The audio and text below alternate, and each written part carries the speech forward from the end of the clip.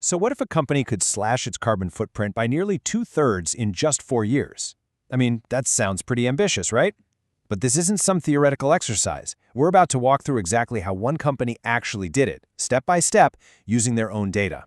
So how'd they pull it off? Let's get into it. All right, so what you're looking at here is a decarbonization report. Think of it as a totally transparent look under the hood of a company's climate action plan. It tracks pretty much everything they're doing to cut their emissions, and it measures it all against science-backed goals. The company we're focusing on today laid it all out there for us to see. So let's find out what worked and, more importantly, why it worked. Every big journey has a starting point. And for climate action, that means you've got to establish a baseline, a snapshot in time that you can measure all your future progress against. For this company, that year was 2020. And here it is. This is the starting line. Back in 2020, the company's total carbon footprint was just over 1,500 tons of carbon dioxide equivalent. That is the mountain they set out to climb. Okay, so you're going to see this unit, CO₂e, a whole lot. Just think of it as the universal translator for climate pollution. It basically converts the impact of all different greenhouse gases, like methane, into the equivalent amount of carbon dioxide. It just gives us one simple, consistent number to keep track of everything. So where do you even begin with a number that big? Well, you follow the data. And in this case, the data pointed to one single massive source. In their baseline year, a whopping 45% of their entire carbon footprint came from burning coal. This was their biggest problem, which, of course, also made it their biggest opportunity.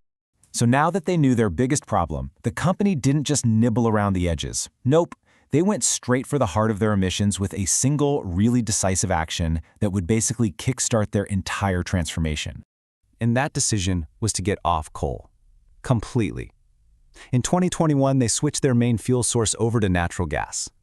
This was the very first and by far the most significant lever they pulled on this whole journey. Now, what's really fascinating here is just the simple math behind this decision. Every single unit of energy you make from burning coal releases way more carbon than that same unit of energy from natural gas. I mean, you can see the emission factors right here, and the difference is huge. Just by switching the fuel, they guaranteed a massive drop in emissions before they did anything else. And the result? It was immediate. That one single switch cut over 210 tons of CO₂ equivalent from their annual emissions. That's a 13% reduction in their total footprint, just like that. A huge win right out of the gate. But look, one big win wasn't the whole story. The next phase of their journey was all about building on that momentum with consistent, deliberate actions year after year. So let's see how they kept that initial success going. This timeline gives us a really quick look at their strategy. In 2022, they focused on making their equipment more efficient. Then in 2023, they tackled their electricity supply. And in 2024, they kept on upgrading their machinery. It's really a story of stacking wins on top of wins. Let's zoom in on 2023 for a second, because this was another absolute game changer. After they dealt with their direct fuel use, the next logical target was the emissions that came from the electricity they were just buying from the grid. So how'd they do it? They bought something called International Renewable Energy Certificates, or IRECs. Here's a simple way to think about it. For every unit of electricity they used from the regular grid, they paid for a matching unit of clean, renewable energy to be produced somewhere else. This move let them effectively zero out the emissions from their electricity use, which in the industry they call Scope 2 emissions.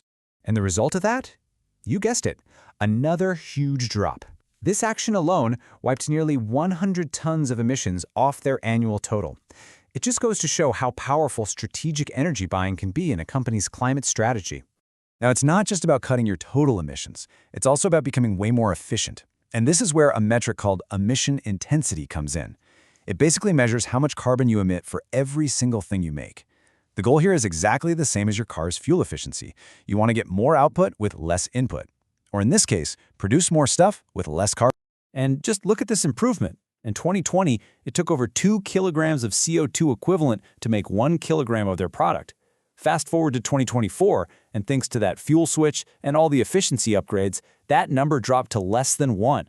They more than halved their carbon intensity, which means their whole operation is just fundamentally cleaner and more efficient than it was before.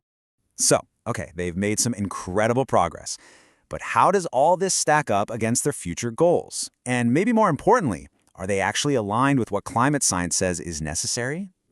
This table just lays out the entire journey beautifully. You can see it right there, from a baseline of nearly 1,600 tons down to 556 today, with the super clear target of getting all the way down to 232 tons by 2027.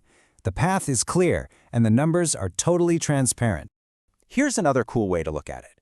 The total reduction they need to make from their 2020 baseline to that 2027 target is the whole pie. And as of today, they have already achieved over 3/4 of that goal. They are well on their way. And this, right here, is the bottom line.